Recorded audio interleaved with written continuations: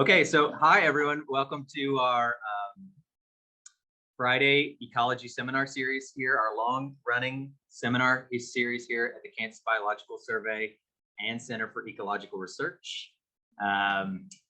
We're happy to have you back. I know we switched up a little bit this semester and had some internal meetings as well. And so we're really happy to have all of you here. And I wanted to let you know that right now we have on Friday, November 11th and Friday, November 18th, we have speakers that will also be a seminar like we have today that will be open to the public.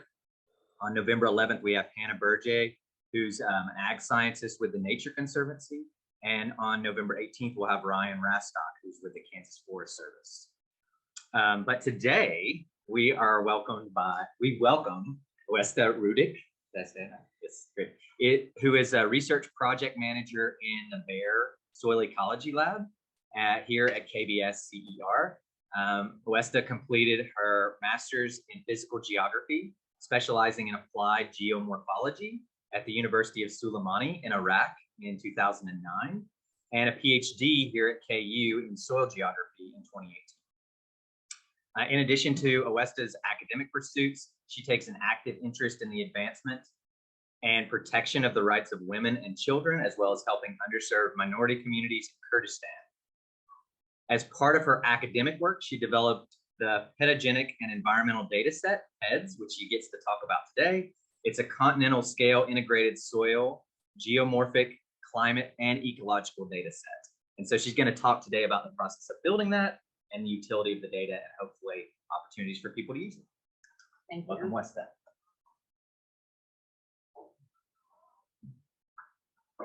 That's cool. Thank you everyone for showing up. Yes, me, Aoesta, I will talk about Pedogenic and Environmental DataSet. I have to come back to the camera. I forget about that. Yeah. Okay. Yeah. Yeah, I usually move a lot, so it's hard for me to be in the front of the camera. So why I'm talking about this database today, I kind of noted that there is a need of a large data set in a continental scale can be used for many environmental research. So that was a part of my PhD, which I didn't know it's gonna take that long. I started 2014. I started to build this database. I finished the entire database in 2019. So almost took me 5 years to build this database, compile them, organize them, and clean them the way to be accessible to everyone. Okay, so what I mean by PED is stand for Pedogenic and Environmental Dataset. It's a continental scale integrated soil, geomorphic, climate, and ecological dataset. This data set now is organized in two-dimensional metric. It contains 318,000 observation row in an Excel and column. I know I see the smiles, and 1,692 variable. I'm so proud of it. And that end me of almost 500 million values of observations.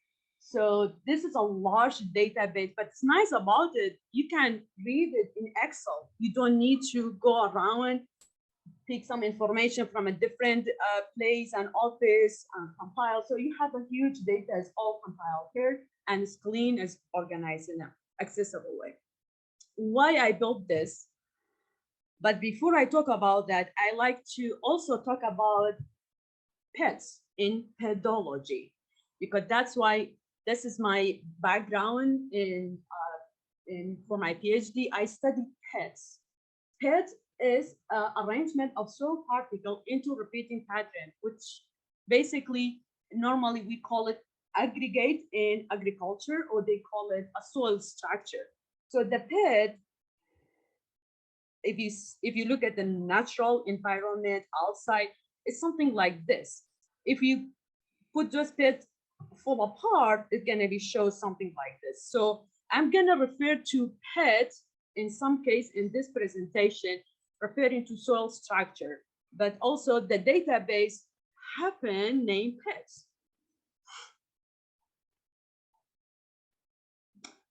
Okay, that's what I mean. If we take it out, it's gonna be something like beautiful soil structure. Okay, to build this database, I compiled different sources of data. First database is Ped Shape Morphometrics, PSDM. This database was also a part of the dissertation. Here, let's know this. Yeah. So we're just seeing your presenter view, or the people are out in Zoom land. Oh. So this is what they're seeing. Oh, how am I supposed to fix this? Can you do? I don't know. Oh, sorry. I think everybody wrestles with this at one time or another. So should I stop sharing and then share that? Yeah, maybe that's it. So if you do, yeah, now share screen, and then How I know? try screen 2. This one. Yes, now they're seeing this. Still What okay? about now? Yes, perfect. Now it's perfect. Thank you for letting me. Sorry about Yeah, everyone gonna see my notes. that.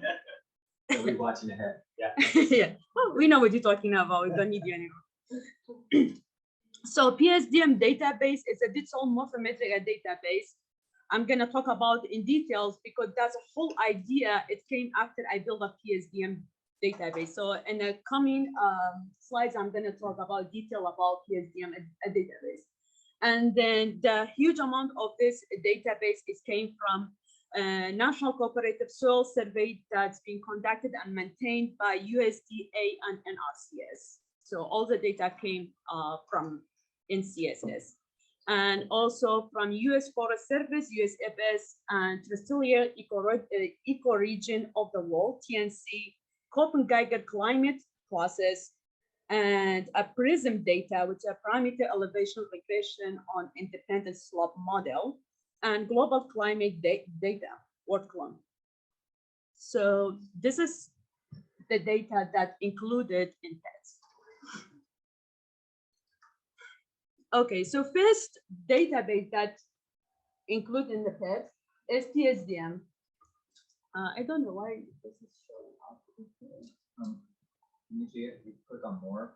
I think there's a high controls. I don't see it in my end. That's the problem.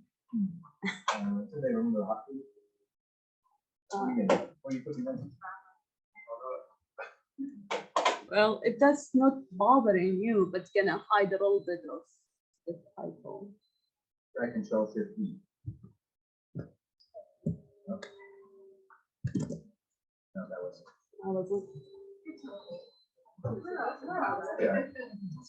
It's okay. Okay. So the digital morphometric is basically a shape metric for soil structure. Soil structure, when you go to the field to describe soil structure, and that was recorded in NRCS database, it's just shape it recorded. It says subangular blocky, angular blocky, prism, columnar. That what soil it's been described in the field. So for me, when I tried to understand the relationship between soil structure and climate wasn't satisfactory for me. I wanted in a ratio scale that able somehow to translate the descriptive, the subjective to more objective descriptives, getting me those numbers. So instead of say blocky, I have roundness and circularity, solidity, all this morphometric shape. So the whole objective for this database to transfer qualitative discrete data to quantitative and continuous data in a ratio scale.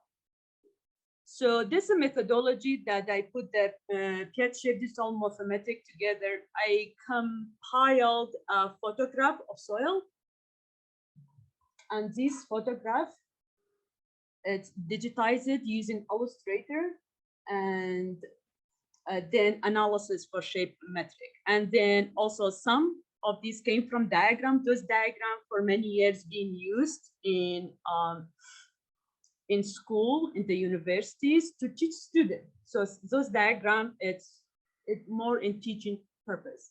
And also the other way, I compiled some 3D dimension for soil structure. So soil structure taken in the field, bring it back into the lab, and then digitize it using MLT. And also some of these photos came from spaceman photos. That means they collect the soil structure in a field, and then you calculate them in the lab. So all of this digitize it using Illustrator, and then transfer to ImageJ program to calculate the shape metric, like aspect to height ratio, circularity, roundness, and solidity. I'm not going in the detail to talk about soil shape metric.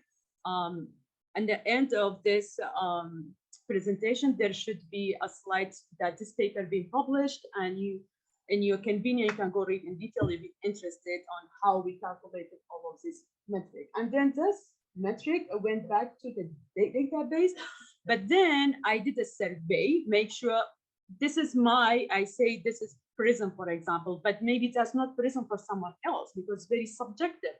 So I distributed a survey between a soil scientist and pedologist, and the result of this survey is also contributed in this database. So I analyzed the database to more understand the soil structure.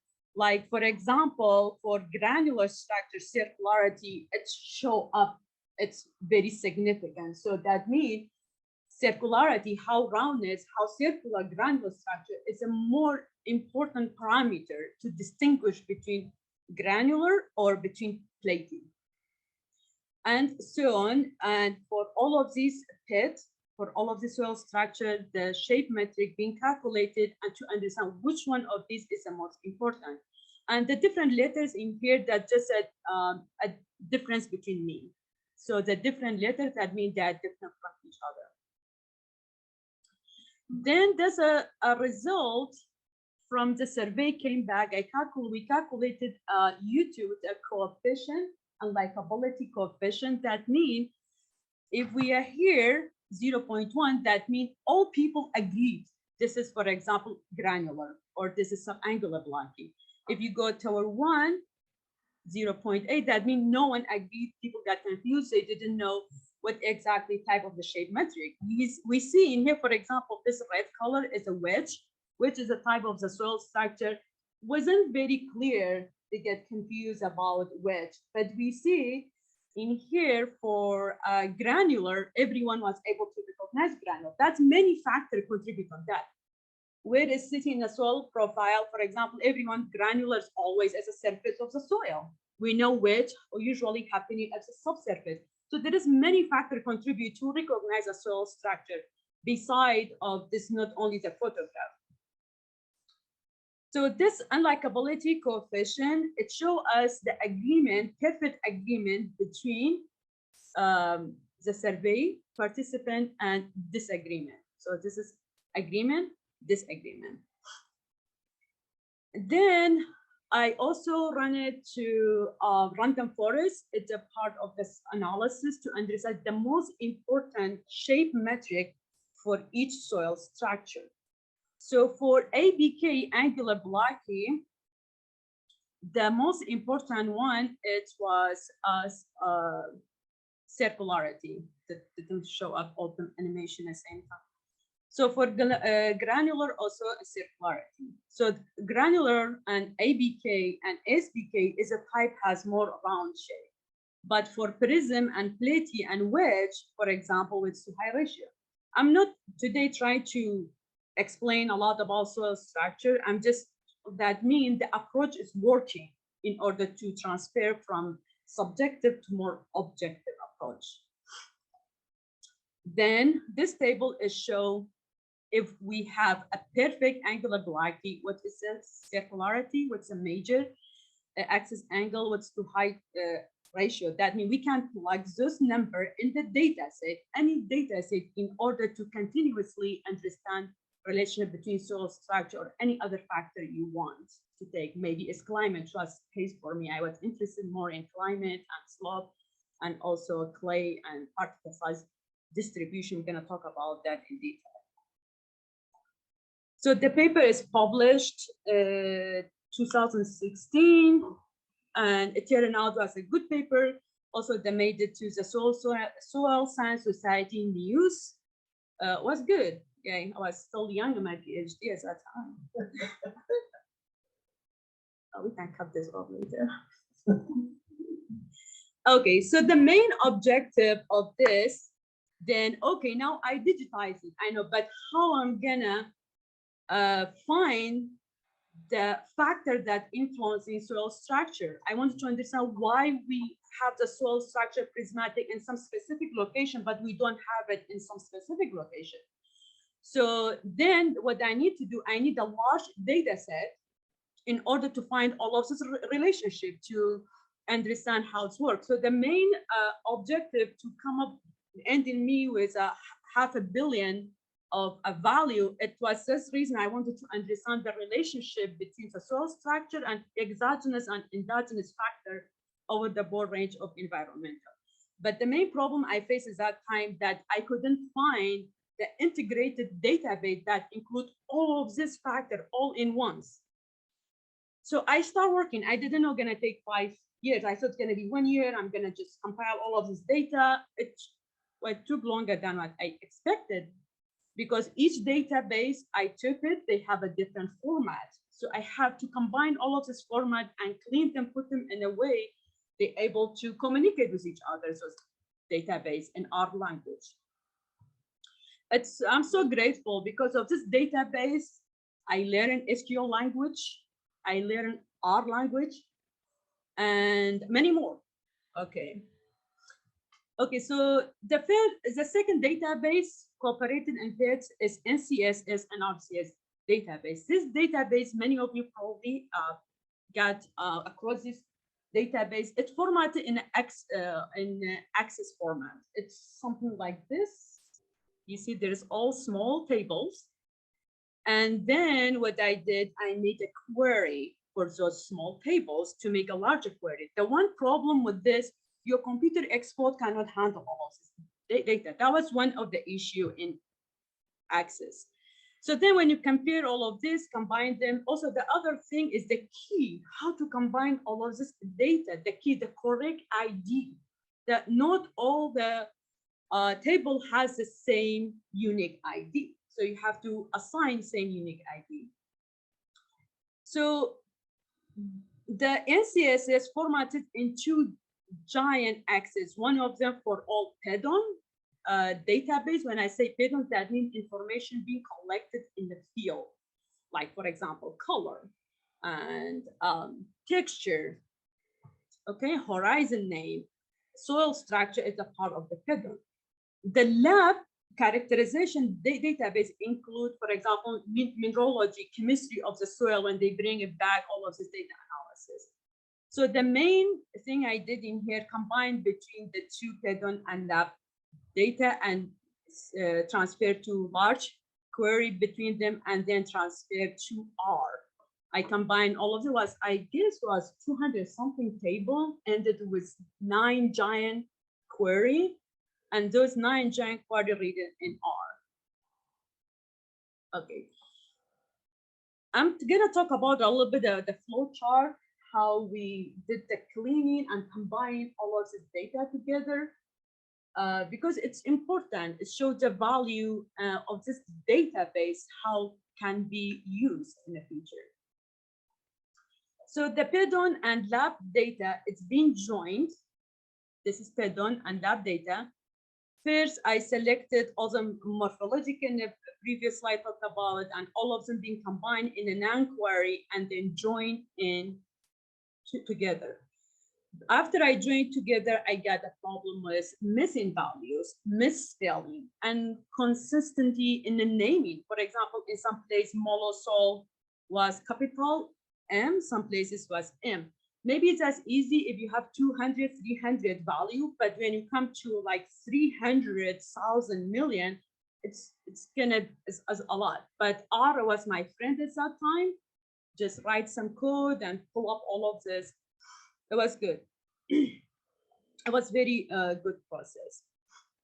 And then, for example, remove all the Pedon soil profile that missing horizon, top and bottom horizon. So I soils horizon start from 0. Some of them, it never stopped. I don't know where the end of this. So I take out all of this and take out those sites that doesn't have the first horizon. And more linear that happened. We don't have room in here to talk about it. That was talking about on this slide is just the first portion of this. Okay, one of the drawback of the NRCS database kind of was throwing off my value was the multiple value for the same horizon. I call it nested structure of the database. For example, if you have in one horizon, let's say IDA, the soil horizon named IDA, that must be one observation. If I have a weak and medium PRISM soil structure parting to strong fine angular blocky, it's gonna be in a gonna be duplicated 4 times in order to show for the same pedon. So this was a problem for my analysis, because when you do regression analysis, decision tree, anything, it's better to have everything in one giant row. So what we did, we transferred, for example, the first structure was PRISM, and then angular blocky, and then size 1 was weeks, and then grade 1, medium, and so on. Some of these horizons ended up about 10 to 15 more information next to it. So this was like 10 to 15 basically row in the original database. In average, everything is doubled by factor 5. For example, if we have 121 unique soil horizon, its factor 5 was 679,000. So that was a main change happening here. Then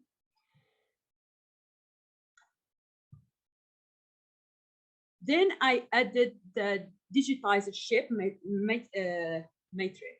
The shape metric, the PSDM, I talk about first. That was the main goal. And so what so the whole database, it contributed in here, join it. So on this say subangular blocky is going to be 0.8 for circularity, 0.4 for example, aspect ratio. So there is a number. Also, we changed transfer size class. Size class is all structure going to be, for example, fine, coarse, thick. That was other thing. We changed it to number. We took a geometric midpoint for each size class. Grade as well the same. We choose the ordinal value. And then the multiple structure, my supervisor, my PhD supervisor, Dr. Hermes, and a minute they come up with write a function to combine between nested structure. The previous slide, that the one has multiple type of the soil structure with one like value. Also, we transferred root description in the database. I know there is a lot of interest in root and KBS, how to analyze root, to understand roots. In this database, describe it again like soil structure, like fine root, coarse root. Also, we changed those root class to more digitized, more objective way. We changed it to root density, and this equation for how we change the root density. Beside the PSDM and morphometric, also we add then a climate information. Climatological information came from WorldClim database and PRISM database, which was include mean annual precipitation, mean annual temperature, water vapor, wind speed, and so on. And also we calculated EMT, is effective energy and mass transfer, which is most important factor for ecology. That means higher EMT. That means we are going toward more wet and humid and warm environment. Dry and cold is low EMT. This also contributed in the database.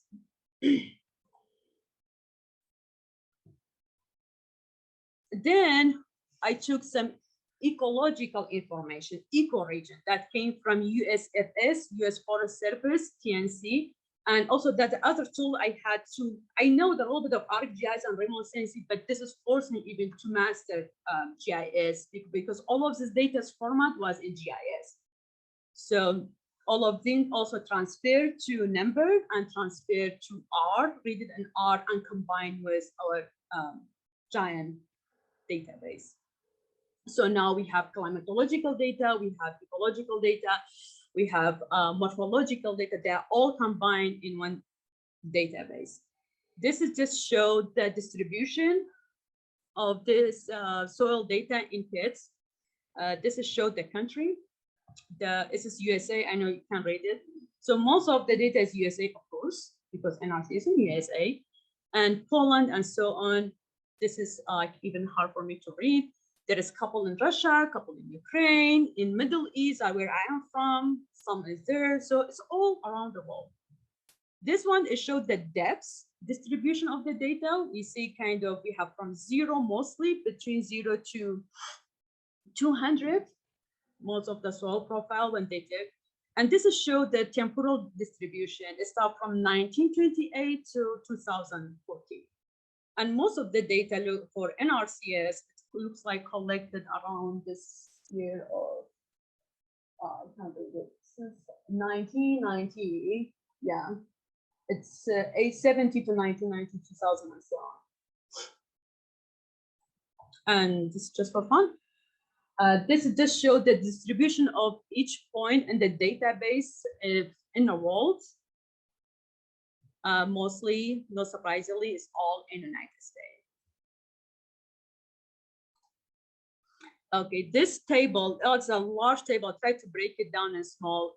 I'm not going through all of this. It just show you the summary, what has been included in this database, like climatological data, for example, seasonal temperature, seasonal precipitation, and so on, water vapor, wind, and in geographical information or geomorphological information like slope, aspect, bedrock, parent material, mineralogy. In ecology, for example, like ecoregion and land cover, mineralogical information like cation exchange capacity and X-ray, and chemical like carbon nitrogen ratio, total nitrogen, total carbon, pH, and so on. This again is show the morphological information and physical hydrological information, for example, water holding capacity in a working point, water holding capacity in a field capacity, and bulk density. Those information is all exists. And taxonomic, also taxonomy is in the database included. So that end up all this information in a clean database that doesn't have issue with naming, missing data, or multiple nested structure.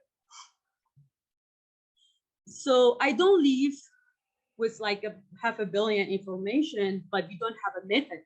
Then I sit down, I build a metadata for each single variable. Like this is just a screen capture for my Excel.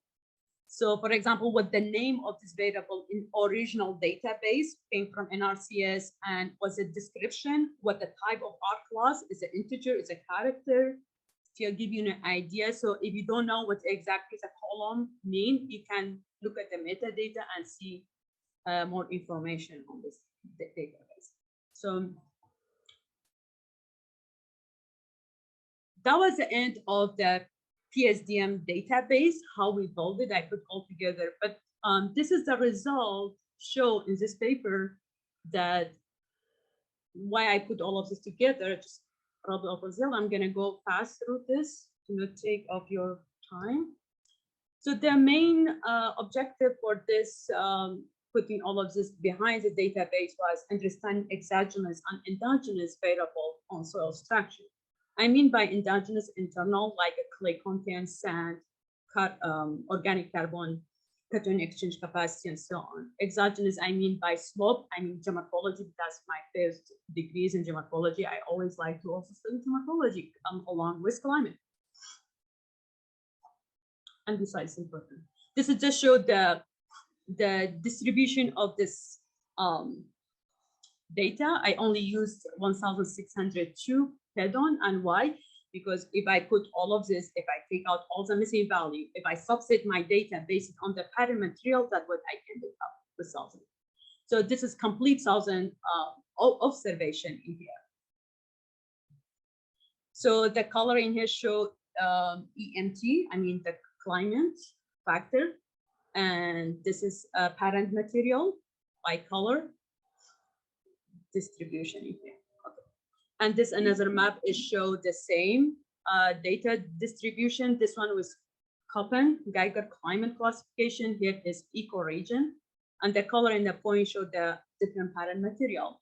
And this is if I don't subset based on the parent material, what the distribution of data looks like, layout on in the top of temperature and the top of precipitation. This shows the distribution of soil structure based on depths. Like if you, for example, go down in depths in soil profile, in the surface horizon, you have more granular, and then you get more prism and angular blocking. Also, I ran multi-nominal logistic regression to study the relationship between all of these factors. That was giving me, that's kind of the core of the study I tried to understand. For example, in the surface horizon, we see like the green line, the relationship between granular structure and organic carbon. So as organic carbon go higher, granular, as not surprisingly, also you get more strong granular structure. And at the subsurface horizon, when I mean by subsurface surface horizon, 0 to 10 is surface horizon, and below that is subsurface horizon. In here, we see subangular blocking with EMT, higher EMT, that means more humid environment, you get more subangular blocking. This shows the relationship between ped size, that means how develops the peds in the soil. Like, for example, with climate, there is a strong relationship between soil structure size and the climate.